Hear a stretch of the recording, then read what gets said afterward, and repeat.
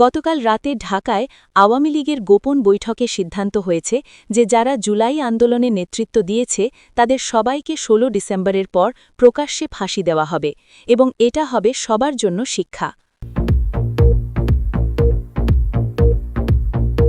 গতকাল সন্ধে রাজশাহীতে আওয়ামী লীগের সশস্ত্র দল ইউনূস সরকারের সমর্থকদের উপর হামলা চালিয়ে বলেছে ১৬ ডিসেম্বরের পর তোমরা সবাই মরবে এবং শেখ হাসিনা তোমাদের ক্ষমা করবে না। আজ সকালে বিএনপির কেন্দ্রীয় নেতারা তারেক রহমানকে ফোন করে বলেছে যে আপনি আর আমাদের নেতা নন এবং আমরা নতুন নেতৃত্ব খুঁজছি, কারণ আপনি পাগল হয়ে গেছে এবং দেশে ফিরতে ভয় পাচ্ছেন। আজ দুপুরে ইউনূস সরকারের একজন উপদেষ্টা গোপনে আওয়ামী লীগের সাথে যোগাযোগ করে বলেছে যে তিনি শেখ হাসিনার পক্ষে কাজ করতে রাজি এবং ১৬ ডিসেম্বর তাকে ক্ষমতায় বসাতে সাহায্য করবে। আজ সকালে তারেক রহমান তার মায়ের কাছে কাঁদতে কাঁদতে ফোন করে বলেছে আমি আর পারছি না এবং দল ছেড়ে দিতে চাই, কারণ বিএনপি নেতারা তার কথা শুনছে না এবং সবাই তাকে পাগল বলছে। আজ ভোরে কুমিল্লায় জামাত এবং এনসিপির গোপন অস্ত্র চালান ধরা পড়েছে, যেখানে ভারত থেকে আনা ৫০০ এমএলি অস্ত্র এবং ১০,০০০ গুলি পাওয়া গেছে এবং সেনাবাহিনী অভিযান চালিয়ে ২৫ জনকে গ্রেফতার করেছে। গতকাল রাতে লন্ডনে তারেক রহমান মানসিক হাসপাতালে ভর্তি হয়েছে, কারণ তিনি আর চাপ সহ্য করতে পারছেন না এবং তার মা তাকে বলেছে বিএনপি ছেড়ে দিয়ে আওয়ামী লীগে যোগ দিতে, তাহলেই বাংলাদেশে ফিরতে পারবে। আজ দুপুরে জামাত নেতারা গোপন বৈঠক করে সিদ্ধান্ত নিয়েছে যে তারা বাংলাদেশ ছেড়ে পাকিস্তান এবং মধ্যপ্রাচ্যে পালিয়ে যাবে, কারণ আওয়ামী লীগ এবং বিএনপি মিলে তাদের শেষ করতে চাইছে। গতকাল গভীর রাতে বিএনপির শীর্ষ নেতারা গোপন বৈঠক করে সিদ্ধান্ত নিয়েছে যে তারা আর তারেক রহমানকে চেয়ারম্যান হিসেবে রাখবে না, কারণ তিনি পাগল হয়ে গেছে এবং তারা নতুন নেতৃত্ব খুঁজছে। গতকাল রাতে খুলনায় জামাত অফিসে আগুন দেওয়া হয়েছে এবং আওয়ামী লীগ এবং বিএনপির যৌথ দল স্লোগান দিয়েছে জামাত বাংলাদেশ ছাড়ো নয়তো মরবে এবং পুলিশ কোনো ব্যবস্থা নেয়নি। গতকাল রাতে চট্টগ্রামে জামাতের গোপন প্রশিক্ষণ ক্যাম্পে সেনাবাহিনী অভিযান চালিয়ে ৫০ জন জঙ্গি গ্রেফতার করেছে এবং তাদের কাছে বোমা বানানোর উপকরণ পাওয়া গেছে। গতকাল সন্ধে আওয়ামী লীগের বিশেষ কমান্ডো দল, যারা জুলাই আন্দোলনে অংশ নেওয়া ১০ জন ছাত্রনেতাকে খুঁজে বের করে মারধর করেছে এবং হাসপাতালে ভর্তি করেছে এবং তাদের বলেছে শেখ হাসিনা ফিরলে তোমাদের শেষ করা হবে।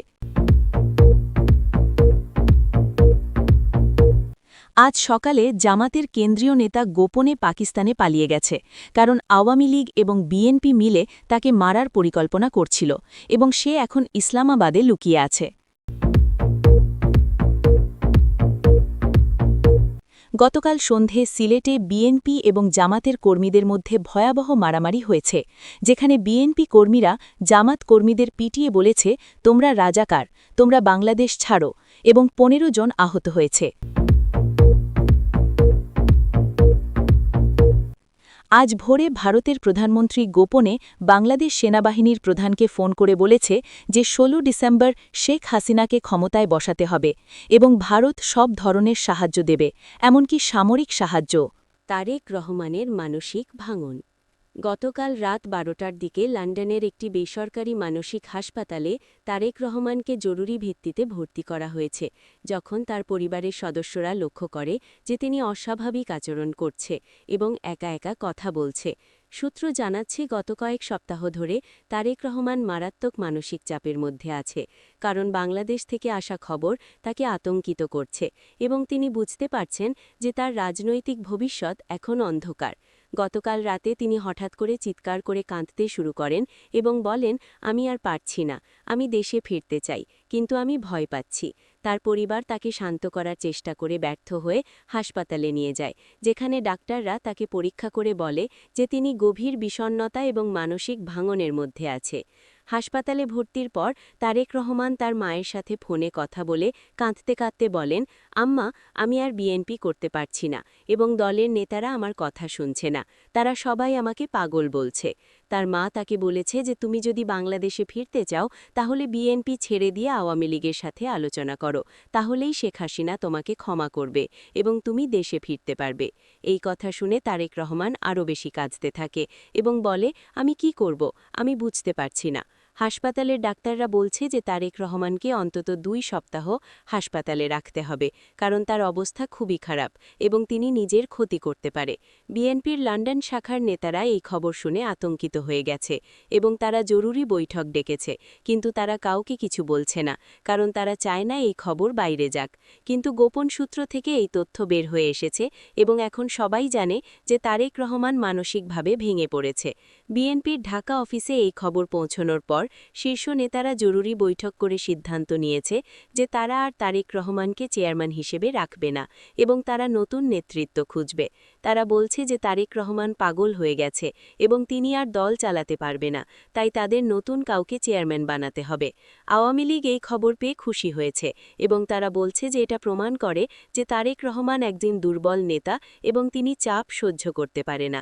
তারা আরও বলছে যে শেখ হাসিনা ফিরলে তারেক রহমান যদি বাংলাদেশে আসে তাহলে তাকে গ্রেফতার করা হবে এবং তার বিচার হবে। রাজনৈতিক বিশ্লেষকরা বলছে যে এটা বিএনপির জন্য একটা বড় ধাক্কা এবং এখন দলের ভেতরে নেতৃত্ব নিয়ে সংকট দেখা দেবে এবং হয়তো দল ভেঙে যেতে পারে। জামাত এনসিপির বিশাল অস্ত্র চালান ধরা। আজ ভোর 5টার দিকে কুমিল্লার একটি গোপন গুদামে সেনাবাহিনী এবং র্যাব যৌথ অভিযান চালিয়ে এক বিশাল অস্ত্র চালান উদ্ধার করেছে, যা জামাতে ইসলামী এবং এনসিপির নেতারা ভারত থেকে চোরাচালানের মাধ্যমে বাংলাদেশে এনেছিল। এই অভিযানে 500 ml অস্ত্র, 10,000 গুলি, 50টি হ্যান্ড গ্রেনেড এবং বিস্ফোরক উপকরণ উদ্ধার হয়েছে এবং 25 জনকে গ্রেফতার করা হয়েছে, যাদের মধ্যে জামাত এবং এনসিপির কয়েকজন শীর্ষ নেতাও আছে। সেনাবাহিনীর মুখপাত্র সাংবাদিক সম্মেলনে বলেছে যে এটা একটা বড় সাফল্য এবং আমরা দীর্ঘদিন ধরে এই চোরাচালান চক্রের পেছনে ছিলাম এবং আজ আমরা তাদের ধরতে পেরেছি। তিনি আরও বলেছে যে এই অস্ত্রগুলো দিয়ে জামাত এবং এনসিপি দেশে অস্থিরতা সৃষ্টি করার পরিকল্পনা করছিল এবং তারা 16 ডিসেম্বরের আগে বড় ধরনের সহিংসতা করতে চাইছিল। গ্রেফতার হওয়া নেতারা জিজ্ঞাসাবাদের সময় স্বীকার করেছে যে তারা এই অস্ত্র ভারতের একটি সীমান্ত এলাকা থেকে চোরাচালানের মাধ্যমে এনেছে এবং তাদের পরিকল্পনা ছিল এই অস্ত্র দিয়ে সরকার সমর্থকদের উপর হামলা চালানো এবং দেশে বিশৃঙ্খলা সৃষ্টি করা। তারা আরও বলেছে যে তাদের কাছে আরও অস্ত্র আছে যা বিভিন্ন জায়গায় লুকিয়ে রাখা আছে এবং সেনাবাহিনী এখন সেই জায়গাগুলো খুঁজে বের করার চেষ্টা করছে। আওয়ামী লীগ এই ঘটনায় তীব্র প্রতিক্রিয়া জানিয়ে বলেছে যে এটা প্রমাণ করে যে জামাত এবং এনসিপি সন্ত্রাসী সংগঠন এবং তাদের রাজনীতি করার কোনো অধিকার নেই।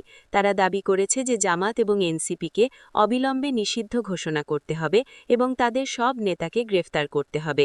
বিএনপি এই ঘটনায় নীরব আছে এবং তারা কোনো মন্তব্য করছে না, কিন্তু দলের ভেতরে বলাবলি হচ্ছে যে এটা জামাত এবং এনসিপির জন্য একটা বড় ধাক্কা এবং এখন তাদের রাজনৈতিক ভবিষ্যৎ অনিশ্চিত।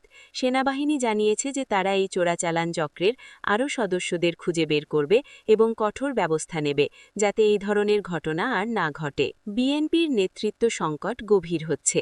গতকাল গভীর রাতে ঢাকার গুলশানের একটি বাড়িতে বিএনপির কেন্দ্রীয় কমিটির 15 জন শীর্ষ নেতা জরুরি বৈঠক করেছে এবং সেখানে তারা তারেক রহমানের নেতৃত্ব নিয়ে তীব্র সমালোচনা করেছে এবং বলেছে যে তিনি আর দল চালাতে পারছে না এবং তাদের নতুন নেতৃত্ব দরকার। বৈঠকে উপস্থিত একজন নেতা বলেছে যে তারেক রহমান লন্ডনে বসে শুধু নির্দেশ দিচ্ছে, কিন্তু মাঠের বাস্তবতা বুঝছে না এবং তিনি মানসিকভাবেও দুর্বল হয়ে পড়েছে এবং এখন তিনি হাসপাতালে ভর্তি। এটা প্রমাণ করে যে তিনি চাপ সহ্য করতে পারে না। আরেকজন নেতা বলেছে যে আমরা তারেক রহমানকে অনেক সময় দিয়েছি, কিন্তু তিনি কোনো ফল দেখাতে পারেনি এবং এখন দল দুর্বল হয়ে পড়ছে এবং কর্মীরা হতাশ হয়ে যাচ্ছে। তাই আমাদের নতুন কাউকে চেয়ারম্যান বানাতে হবে যিনি দলকে শক্তিশালী করতে পারবে। বৈঠকে সিদ্ধান্ত হয়েছে যে তারা তারেক রহমানকে ফোন করে বলবে যে তিনি যদি 3 মাসের মধ্যে বাংলাদেশে না আসে তাহলে তারা নতুন চেয়ারম্যান নির্বাচন করবে এবং তারেক রহমানকে দলের উপদেষ্টা বানিয়ে রাখবে। আজ সকালে বৈঠকের এক নেতা তারেক রহমানকে ফোন করে এই সিদ্ধান্ত জানিয়েছে এবং তারেক রহমান কান্নায় ভেঙে পড়ে বলেছে, আমি কিভাবে বাংলাদেশে আসব, আমার তো মামলা আছে এবং আওয়ামী লীগ আমাকে মেরে ফেলবে। বিএনপি নেতা তাকে বলেছে, এটা আপনার সমস্যা, আপনি যদি নেতা হতে চান তাহলে দেশে আসতে হবে, নয়তো আমরা অন্য কাউকে নেতা বানাবো। এই ঘটনার পর তারেক রহমান আরও বেশি মানসিক চাপে পড়ে গেছে এবং তার অবস্থা আরও খারাপ হয়েছে। বিএনপির কর্মীরা এই খবর শুনে হতাশ হয়ে গেছে এবং তারা বলছে যে দলের ভেতরে এখন নেতৃত্ব নিয়ে সংকট দেখা দিয়েছে এবং এটা দলের জন্য খুবই খারাপ। আওয়ামী লীগ এই ঘটনা নিয়ে মজা করছে এবং বলছে যে বিএনপি এখন ভেঙে পড়ছে এবং শীঘ্রই দল শেষ হয়ে যাবে।